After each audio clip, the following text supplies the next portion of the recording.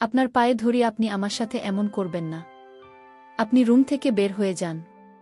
আমি আপনাকে বিয়ে করতে চাইনি। আমার মা আমাকে ভয় দেখিয়ে আপনার সাথে দিয়ে দিয়েছে। আমার বিয়ের বয়স হয়নি।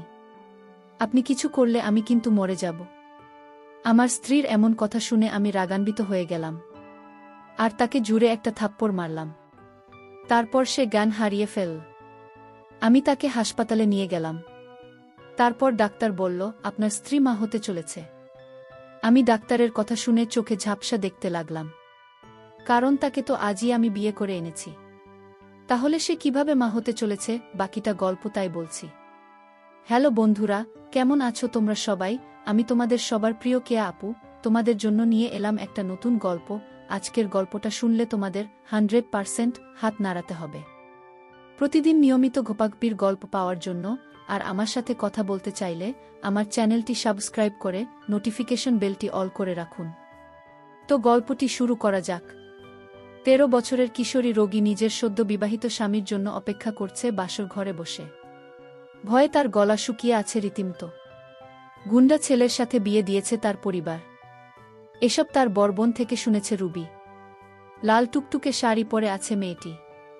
এই শীতের মধ্যে রীতিমত ঘেমে যাচ্ছে। তখনই কারো পায়ের আওয়াজ পেল সে। হাত পা আরও গুটিয়ে বসল। দরজা আটকানোর আওয়াজ পেয়ে ভয়ে বুক ধুকপুক করছে। এভাবে হাত পা লুকিয়ে বসে আজ কেন? লোকটার গম্ভীর পুরুষালী আওয়াজে মাথা তুলে তাকায় রবি তার দিকে। তবুও মুখ দিয়ে কোনো আওয়াজ বের করে না। রোগীকে কোনো কথা বলতে না দেখে বিরক্ত হয়ে যায়। মুন্না, এই মেয়ে কি বলছি কথা কানে যায় না তোমার? মুন্নার চিৎকারে ভয় পেয়ে একলাফে খাট থেকে নেমে যায় রোগী। খাট থেকে এইভাবে নামতে গিয়ে পাশে থাকা টেবিলের সাথে পায়ে বাড়ি খায় সে। ব্যথায় হালকা চেঁচিয়ে ওঠে। উপুর হয়ে পা দুলতে থাকে রবি। আর তখন মাথা থেকে ঘণ্টা খুলে যায়। শীতকালে সামান্য আঘাতে অনেক ব্যথা পাওয়া যায়। মোনা রবিকে দেখে অবাক হয়ে তাকিয়ে আছে। রবি কান্না করছে ব্যথা পেয়ে। একে তো ভয় পেয়েছে অনেক, তার উপর ব্যথা। এই মেয়ে তোমার বয়স কত? উত্তর না দিলে মেরে ফেলব। আমার বয়স 17 হবে 9 তারিখে। রুবির উত্তরে হাঁ করে তাকিয়ে আছে রুবির দিকে মন্না। রবি ভয়ে ভয়ে মাথা নিচু করে দাঁড়িয়ে আছে। তোমার বয়স মাত্র 13 বছরের পিছে হয় নিজের থেকে এত বয়সে এক লোককে কিভাবে বিয়ে করতে রাজি হলে? নাকি আমার টাকা দেখে তোমার আর তোমার পরিবারের কাছে আমার বয়সটা ম্যাটার করে না? মুন্না এই কথা রুবির কানে পৌঁছাতেই মেয়ে চোখ তুলে তাকায়। গোল গোল চোখগুলো দিয়ে মুন্নাকে দেখে যাচ্ছে। এইভাবে মুন্না তাকে আর তার পরিবারকে অপমান করতে পারবেন না। মুন্না ও প্রচণ্ড রেগে আছে। তার সাথে কি না এরকম পিছে বিয়ে হয়েছে? নিজের মা আর বাবার উপর প্রচণ্ড রাগ হচ্ছে তার। সব কিছু তছনছ করে দিতে ইচ্ছে হচ্ছে। এদিকে ওর ভালোবাসা ওকে ছেড়ে অন্য কাউকে বিয়ে করল। আর তার বাবা মা মিথ্যে বলে আরেক মেয়ের সাথে বিয়ে দিল। 13 বছরের মেয়েকে 19 বছরের বলে তার ঘাড়ে চাপানো হলো। এইভাবে আপনি আমাকে অপমান করতে পারেন না। আপনার মতো দুই রাক্ষসকে আমি নিজের ইচ্ছায় বিয়ে করি নাই। আমার মতো পিচ্চি কি আপনাকে বিয়ে করতে চাইবে? আর আমার বিয়ের বয়স হয়েছে। ওই জুন আন্টি আমার বাবা মাকে ভয় দেখিয়ে আপনার সাথে আমার বিয়ে দিল। এই মেয়ে এত কথা বলার সাহস কি পাস? চুপ থাক, না হলে তোকে যে কি করব। মুন্না রাগে হিতাহিত গান শূন্য হয়ে গেছে। এদিকে রবি ভয়ে দাঁড়িয়ে থাকতে পারছে না। রবির প্রচণ্ড ঘুম পাচ্ছে মনের জন্য, সে ঘুমাতেও পারছে না। মুন্না আবার রুমের বাইরে চলে গেল। মুন্না চলে যাওয়ায় হাফ ছেড়ে বাঁচল সে। রবি মুন্নাকে গালি দিতে দিতে শুয়ে পড়ল। শোনার সাথে সাথে ঘুমিয়ে পড়ল রুমে। মুন্না ছাদে বসে বসে ভাবছে, এই পিচ্ছি মেয়ের সাথে আমার বিয়ে দিল কেন? এটা কিভাবে মানবে যে তার বউ এক বাচ্চা মেয়ে? তার মা কেন করল তার সাথে এমন? রাত 3টার কাছাকাছি মুন্না রুমে ঢুকে গেল। হাটের দিকে তাকিয়ে দেখতে পেল কি সুন্দর এক অপরূপা মেয়ে ঘুমিয়ে আছে। মনে হচ্ছে মেয়েটি নিষ্পাপ। ঘুমের মধ্যে শ্বাস নিতে কষ্ট হয়। চোখ খুলে তাকায় রুবি। মুন্নাকে দেখে ভয় পেয়ে যায় সে। রবি বলল, আপনি এখানে কেন? আপনি বাইরে যান। আমি বাইরে যাব কেন? তুমি তো আমার ঘরের বউ। দেখুন আমার বয়স কম। আপনি বাইরে যান। রুবি এখনও বিশ্বাস করতে পারছেন না। তার সাথে কি হতে যাবে? তবে রবি এসবের জন্য মোটেও প্রস্তুত না। ভয়ে কান্না করতে লাগল। মুন্নার কাছে রিকোয়েস্ট করতে লাগল, আপনি চলে যান এখান থেকে। আপনার পায়ে পড়ি, আপনি চলে যান। মন্না তখন রাগে ঘর থেকে বের হয়ে গেল। মনে মনে বলল, এভাবে কতদিন বের করে দেবে ঘর থেকে, কাল তোমার দেখার আছে। অন্যদিকে মুন্নার বাবা মা নিজেদের মধ্যে কথা বলছে। তুমি এই কাজটা একদম ঠিক করো নাই হালিমা। এইটুকু একজন মেয়ের সাথে মুন্নার বিয়ে দেওয়া একদম উচিত হয় নাই। এখন পুলিশ কেস হলে মুন্নার কি হবে ভাবতে পারছ? সামনে ইলেকশন, এখন যদি শোনে নেতা মুন্নার স্ত্রী একজন বয়স কম, তখন কি হবে? দূর আসি, তুমি চিন্তা করো না। রুবির স্কুল থেকে বার্থ সার্টিফিকেটে ওর বয়স বাড়িয়ে 18 করা হয়েছে। কেউ কিছু জানবে না। আর মুন্না, সে সত্যি জানার পর কিভাবে রিয়্যাক্ট করবে আমরা জানি না। ও কি জিনিস তুমি ভুলে গেছো কিভাবে, সাপের বিষদাঁত কিভাবে ভাঙে তা আমি খুব ভালোভাবে জানি না। শীত, আর ও তো আমার সন্তান। আমি সব ঠিক সামলাতে পারব। রোগীকে কেন আমি মুন্না এবং বানিয়েছি এটা নিশ্চয়ই তোমার অজানা নয়। তোমার পরিকল্পনা তুমি ভাল জানো হালিমা। আজ অবধি আমি কি বুঝতে পেরেছি তোমাকে? মিস্টার রাশিদের কথা রহস্যজনক হাসি দেন হালিমা। গুড নাইটরা, শীতকাল বাকি কথা হবে। এখন ঘুমাও। আর তোমার আদরের ভাগ্নি তো আমারও, তাই না? ওর কোনো ক্ষতি হবে না। এটাই ভালো, তুমিও জানো তুমি আমার জন্য কি, ওর কিছু হলে বুঝতেই পারছ। শুভরাত্রি। মুন্না রবি রুম ছেড়ে অন্যদিকে ঘুরে বেঘরে ঘুমোচ্ছে। রবির চোখ দিয়ে পানি গড়িয়ে পড়ছে। মেয়েটা কেমন নিশ্চুপ হয়ে আছে। কাঁদতে কাঁদতে এক পর্যায়ে রোগীও ঘুমিয়ে গেল। সকালবেলা একটা নাগাদ মোনা ঘুম ভাঙল। সকাল বললে ভুল হবে তার। উঠে নিচে চোখ জ্বলে সাইডে রাখা ড্রেসিং টেবিলের দিকে তাকায় সে। আয়নায় তাকিয়ে অবাক হয়ে যায় মুন্না। মেয়েটা নিষ্পাপ শিশুর মতো ঘুমাচ্ছে। কিন্তু আমার হাতে তেমন ঘুম হয় না। সবার ইচ্ছা থাকে এমন একটা রাতের আশায়। কিন্তু আমার কপালে কি জুটল, আমার কিছুই ভালো লাগছে না। একদিকে না পাইলাম নিজের ভালোবাসার মানুষকে, অন্যদিকে বিয়ে হওয়ার পরও আমার কপালে সুখ নেই। কারণ 13 বছরের মেয়ের কেমন বুদ্ধি থাকবে বা শেষ আমি মর্ম কি করে বুঝবে? আমার দুঃখ কষ্ট সে কি বুঝবে? কখনো না। আমি একটা হতাশার মধ্যে পড়ে গেলাম। আমি এখন কি করব তাই ভাবছি। আমি আমার মায়ের কাছে গিয়ে জিজ্ঞেস করলাম, না তুমি পিচ্ছি মেয়ের সাথে আমাকে কেন দিয়ে দিলে? বিয়ে দেওয়ার আগে আমার মতামতের কথা তোমরা একবারও ভাবলেন না? আমার ভালোমন্দ পছন্দ অপছন্দ বলতে কিছু আছে তো? মা তখন উত্তর দিল, তোর মতো এমন বেকার ছেলের কাছে কি বিয়ে দিবে? আমি যা করেছি তা ভালোর জন্যই করেছি। মেয়েটা ভীষণ সুন্দরী, লক্ষ্মী একটা মেয়ে। মায়ের কথা শুনে আমার খুব রাগ হলো। আমি বলেছিলাম না তুমি তোমার বোমাকে নিয়ে সংসার করো, আমি আজই বাড়ি থেকে চলে যাব। কেন, তোর কি হয়েছে? বোমাকে পছন্দ হয়নি? পছন্দ হয়েছে, কিন্তু সে তো আমার কথা রাখে না। কি করে যে তোমাকে বুঝি না? তুমি আমার কষ্ট বুঝবে না মা। তুমি কি করে ভাবলে একটা অল্পবয়সী মেয়ে স্বামী মনরক্ষা করতে পারবে? সে তো সংসার কি জিনিস সেটাই ভালো করে বোঝেন না। মা তখন আমাকে সান্ত্বনা দিয়ে বলল, একটু সবুর করো, সব ঠিক হয়ে যাবে। পরের দিন রাতে আমার স্ত্রী রুমে গেলাম, গিয়ে দেখি কান্না করছে। আমি তাকে ধমক দিয়ে বললাম, এই মেয়ে কি হয়েছে তোমার? তুমি এভাবে কান্না করছো কেন? তোমাকে কেউ মেরেছে নাকি এমনভাবে কান্না করছো মনে হয় তোমাকে কেউ মেরেছে? একদম চুপ, কোনো কান্না চলবে না। আমি বললাম, রাতের খাবার খেয়ে শুয়ে পড়ো। আমি নিচে শুয়ে পড়লাম। মনে মনে ভাবলাম এটা অবশ্যই ভদ্র, কিন্তু ও আমাকে ভয় পায়। কিছুদিন গেলে হয়তো সব ঠিক হয়ে যাবে। নিজের মনকে সান্ত্বনা দিলাম নিজেই। এরপর দিন সারা দিন বাইরে ছিলাম। রাতে ঘরে ফিরে দেখলাম আমার শাশুড়ি মা আসেন। আমি আমার শাশুড়িকে এই প্রথম দেখলাম, কারণ আমার বিয়েটা আমার মা আর শাশুড়ি আমরা দুজন মিলে গোপনে কাজ এনে দিয়েছিল।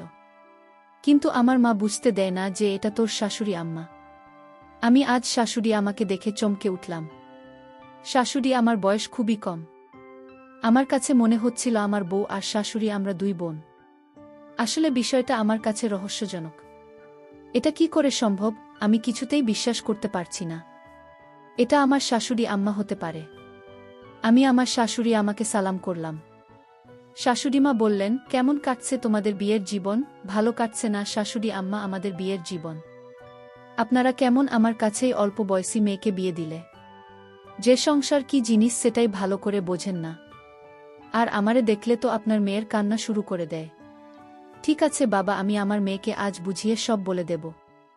রাতে ঘরে শুনতে পেলাম আমার শাশুড়ি আর আমার স্ত্রীর মধ্যে আলাপন। আমার স্ত্রী বলল, মা তুমি এটা কি করলে? একটা বাজে ছেলের সাথে আমার বিয়ে দিয়ে দিল। আমি তাদের কথা শুনে অবাক হয়ে গেলাম। আমার কাছে মনে হলো বিশাল বড় পাহাড়টা আমার মাথায় পড়ল। আমি তাদের কথা শুনে অবাক হয়ে গেলাম। আমার স্ত্রী আমাকে বাজে বলল কেন? তার মানে সে আমাকে পছন্দ করে না? তার অনিচ্ছায় বিয়ে হয়েছে? আমার মাথায় কিছু ঢুকছে না। আমি মহা চিন্তায় পড়ে গেলাম। তাদের সব কথা আমি শুনে ফেলি। কিন্তু সে আমার কাছে বিয়ে করল কেন? আমি এর রহস্য তো বুঝতে পারছি না। আমিও মনে মনে সিদ্ধান্ত নিলাম, এর শেষ দেখব। পরের দিন সকালে আমার শাশুড়ি আমাকে বলল, বাবা, আমি আমার মেয়েকে এসব বুঝিয়ে দিয়েছি। এখন থেকে তোমার সব কথা রাখবে। আমি বললাম, ঠিক আছে শাশুড়ি আম্মা যান। আমি রাতে আমার ঘরে ঢুকে দেখি আমার স্ত্রী আজ অনেক হাসি খুশি। আমি তাকে জিজ্ঞেস করলাম, কি তোমার এত হাসি হাসি লাগছে কেন? সে তখন উত্তর দিল, আমি তখন হাসব আর কখন কাঁদব, এটা আমার ব্যক্তিগত বিষয়। আমি তার কথাটা কিছুতেই সহ্য করতে পারলাম না। আমি কাছে গিয়ে দিলাম একটা, তারপরেই মেয়ে, তুই আমায় কি ভাবছিস মনে করছিস? তোর সকল অপমান আমি মুখ বুজে সহ্য করব। কিন্তু তারপর মারার পর লক্ষ্য করলাম আমার স্ত্রী অজ্ঞান হয়ে গেল। আমি মনে মনে ভাবলাম, এটা আমি কি করলাম? মরে গেল না তো? তাড়াতাড়ি হাসপাতালে নিয়ে গেলাম। তারপর ডাক্তার বলল, আপনার স্ত্রী গর্ভবতী। আপনি বাবা হতে যাচ্ছেন, মিষ্টি খাওয়ান। আমি ডাক্তারের কথা শুনে অবাক হয়ে গেলাম। আমি দু চোখ দিয়ে অন্ধকার দেখতে পেলাম। আমার মাথায় মনে হয় বাজ পড়ল। এটা কি করে সম্ভব? আমি তো কিছুই বুঝতে পারলাম না। এটা কোন ধরনের পরীক্ষা? আমি ডাক্তারকে বললাম, দেখুন স্যার, আপনাদের কোথাও ভুল হচ্ছে। আপনারা আবার পরীক্ষা করে দেখুন, কারণ আমার সাথে তার কিছুই হয়নি। আমি আল্লাহকে ডাকতে লাগলাম, আল্লাহ, এটা আমায় কোনো পরীক্ষায় ফেলেছ? বিয়ে হয়েছে মাত্র কয়েকদিন হল, এখনই গর্ভবতী। এটা আমি মেনে নিতে পারব না। ডাক্তার সাহেব আমাকে তার সমস্ত রিপোর্ট দেখাল। ডাক্তার সাহেব ঠিকই বলেছে, আমার স্ত্রী মা হতে চলেছে। এটা রিপোর্ট দেখে স্পষ্ট বোঝা যাচ্ছে। আমি হাসপাতালের বারান্দায় এমন অবস্থায় দাঁড়িয়ে রইলাম। ডাক্তারবাবু কিছুক্ষণ পর বলল, আপনার স্ত্রীর জ্ঞান ফিরেছে। আপনি এখন তাকে বাসায় নিয়ে যেতে পারেন। আমরা কিছু ওষুধ লিখে দিচ্ছি, সেগুলো খাওয়ালে সব ঠিক হয়ে যাবে। আমি তাকে বাসায় নিয়ে গেলাম। মা বলল, বৌমার কি হয়েছিল বাবা? তুই ওরে হাসপাতাল নিয়েছিলি কেন? মা, তোমার বৌমা মা হতে চলেছে, তোমাকে আজ একটা খুশির খবর দিলাম। মা বলল, এটা তো খুশির খবর, আমার ঘরে নতুন মেহমান আসছে। আমি বললাম, মা, আমার বিয়ে হয়েছে কয়দিন হয়েছে সেই হিসাব তোমার কাছে আছে? আর তুমি নিশ্চয়ই ভালো করেই জানো আমার বিয়ে হয়েছে মাত্র 1 মাসও হয়নি। তাহলে সে কিভাবে মা হতে চলেছে? মা তখন আমায় বলল, তুই তো ঠিক বলেছিস, আমি তো ভুলেই গিয়েছি, তোদের বিয়ে হয়েছে মাত্র 1 মাস হয়েছে। আমি মাকে বললাম, না, তুমি আর রহস্য কি কি জানো, কিন্তু তা তুমি প্রকাশ করেছ না আমার কাছে। মা আমায় উত্তর না দিয়ে সোজা মায়ের ঘরে চলে গেল। আমি রাতে আমার স্ত্রী রুমে গেলাম, যেতে আমাকে বলল, আপনাকে অনেক কষ্ট দিয়েছি আমি, আপনি আমাকে মাফ কইরা দেন, কারণ আমার কি হতে কি হয়ে যায় সেটা বলা যায় না। সে বলল, আজ আমার একটা কথা রাখবেন। আমি বলেছিলাম, কি কথা? আমার স্ত্রী বলল, আজ আমি আমার নিজ হাতে আপনাকে ভাত খাইয়ে দেয়। আমি বলেছিলাম, হঠাৎ এত দরদ কোথা থেকে আসলো তোমার? এখন তুমি আমাকে ভয় পাও না? আমার স্ত্রী বলল, না, এখন আর আপনার ভয় পাই না। কেন এখন আমাকে ভয় পান না? সে বলল, 2 দিন আগে পরে তো মরতেই হবে, তাই আপনাকে ভয় পেয়ে কি লাভ? আমি তখন রাগে বললাম, তুই এখনই আমার ঘর থেকে বের হন। তোর কাছে আমার কিছু পাওনা দাওনা নেই, তুই বের হবি আমার ঘর থেকে। আমি আমার স্বামীর পায়ে ধরে বললাম, আপনি আমাকে আপনার ঘর থেকে বের করে দেন না। সে আমার পায়ে ধরে কান্না করতে লাগল। ঠিক আছে, আমার ঘরে তো কে জায়গা দিতে পারি, একটা শর্তে, তুই বলবি এত তাড়াতাড়ি কিভাবে মা হতে চল। সব কিছুই আপনাকে বলবো, আমি আপনাদের কথা দিলাম, কিন্তু আমার এ ঘর থেকে বের করে দেন না। ঠিক আছে, তাহলে বলো, তুই এত তাড়াতাড়ি কেমন হইলি? সে তখন আমার কাছে তার সত্য ঘটনাটা খুলে বলল। আমি সেটা শোনার সাথে সাথে আমি মাটিতে লুটিয়ে পড়ি। তার এই কথা শোনার পর আমার 2 দিন যাবত আমি অজ্ঞান অবস্থায় পড়ে রইলাম। সে আমাকে বলেছিল আমার বাবার টাকা পয়সা সম্পত্তি অনেক ছিল, আমি একজনকে খুব ভালোবাসতাম। বিয়ের আগে সে আমার সাথে ফেরেশতার মতো আচরণ করত। আমি ভেবেছিলাম সে অনেক ভালো। আমি বাবাকে বলেছিলাম, বাবা, বিয়ে যদি করতে হয় তাহলে আমি ওকেই করব। ছেলেটির নাম ছিল রঙিন। আমি রামিনকে আমার জীবনের চাইতেও বেশি ভালোবাসতাম। বাবা তখন বলেছিল এই ছেলের সাথে বিয়ে আমি দিতে পারব না। আমার বাবা আমাকে বারবার নিষেধ করেছিল। আমি বাবাকে পরিষ্কারভাবে জানিয়ে দিলাম আমি তাকে ছাড়া বাঁচব না। আমি আরও বলেছিলাম যদি তুমি রামের সাথে যদি বিয়ে না দাও তাহলে আমাকে চিরদিনের জন্য হারাবে বাবা। বাবা শেষ পর্যন্ত আমার কথা মেনে নিল এবং সেই ছেলের সাথে আমার বিয়ে দিয়ে দিল। বিয়ের 2-3 মাস আমার ভালোই কাটছিল। কিছুদিন পর তার আসল রূপ বেরিয়ে পড়ল। সে আমাকে প্রতিদিন আমার প্রতি অত্যাচার করত আর বলতো বাবার কাছ থেকে টাকা নিয়ে কাল আমার ঘরে আসবে, নইলে তোর এই ঘরে কোনো জায়গা নাই। আমি বেশ কিছুদিন টাকা এনে দিয়েছিলাম কিন্তু আমাকে খুব মারধর করত একটু কিছু হলে। পরে জানতে পারলাম ছেলেটি ভালো না। এর আগে আরও একটি মেয়েকে বিয়ে করে তার বাবার কাছে থেকে টাকা নিয়ে তাকে ছেড়ে দিয়েছে। সবাই এই ছেলেটিকে ভয় পায়, তার মুখের উপর কেউ কথা বলতে পারে না। যাকে ইচ্ছা তাকে সে নির্দ্বিধায় মেরে ফেলত। আমি তার এই চরিত্র দেখে ভাবলাম আমিও কাকে বিয়ে করেছিস, এ তো একটা দুশ্চরিত্র। তারপর বাবা আমাকে রামের ঘর থেকে নিয়ে আসে। এটাই আমার শাস্তি। আমার বাবার কথা না শোনার কারণে আজ আমার এই অবস্থা। তারপর আমি ডিভোর্স দিয়ে দিলাম। ডিভোর্স দেওয়ার পর ও আমাদের বাড়িতে আসত আর বাবাকে ভয় দেখিয়ে টাকা নিয়ে যেত। তারপর মা ভাবল তার ভাইয়ের ছেলের সাথে আমার বিয়ে দেবে, মানে আপনার সঙ্গে বিয়ে দিয়ে দিল। সত্যিকার অর্থে আপনার সাথে আমার বিয়ে হয়নি। আমাকে সেফ রাখার জন্য আপনার ঘরে আনা হয় বিয়ের নাটকে। এটা শুধু বিয়ের নাটক ছিল, কারণ আপনি নাকি অনেক সাহসী, তাই আপনার কাছে আমি শেষ থাকব, আর তাই আপনার সাথে আমার মিথ্যা বিয়ে দিয়ে দিল। আজ ডাক্তার যে বলল আমি মা হতে চলেছি, এটা রামের সন্তান। আপনি ভয় পাবেন না, কারণ আমি এই বিয়েতে রাজি ছিলাম না। আমার মা আমাকে রাজি করাতে বাধ্য করেছে, কারণ সত্যিকার অর্থে আপনার সাথে আমার বিয়ে হয় নাই। মা কৌশলে আপনার বাড়িতে বিয়ে নামক উপসর্গ দিয়ে আপনার বাড়িতে আমাকে রাখা হয়েছে, কারণ আপনার কাছে যদি আমি থাকি তাহলে আমি ভেবে নেবে যে আমার বিয়ে হয়ে গেছে। যেহেতু আপনার সাথে আমার বিয়ে হয়নি, এটা যেহেতু নাটক ছিল, তাই আমি আপনার সাথে দুর্ব্যবহার করেছি। আপনি আমাকে ক্ষমা করে দিলেন। আমি কাল যে দিকে দু চোখ যায় সে দিকেই চলে যাব, তাও আপনারা আর কষ্ট দিবে না। আমার নাটকের স্বামী তখন বলল আমি যে তোমায় ভালোবেসে ফেলেছি, এখন কি তুমি আমাকে ফিরিয়ে দেবে? আমার ঘরে একটা জীবন থেকে যাও, আমি তোমার সকল দায়িত্ব নিয়ে নিলাম। তুমি যদি রাজি থাকো তাহলে আমি তোমাকে সত্যিই বিয়ে করতে রাজি।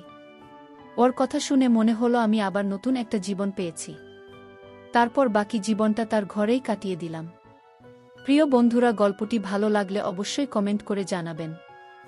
আর নিয়মিত এমন আলাদা স্বাদের গল্প শুনতে ভিডিওটিতে লাইক এবং চ্যানেলটিকে সাবস্ক্রাইব করে সাথেই থাকুন। আর হ্যাঁ, নোটিফিকেশন বেলটি অল করে রাখবেন, যাতে পরবর্তী গল্প সবার প্রথমে আপনাদের কাছে পৌঁছে যায়। ধন্যবাদ বন্ধুরা, ধন্যবাদ সবাইকে।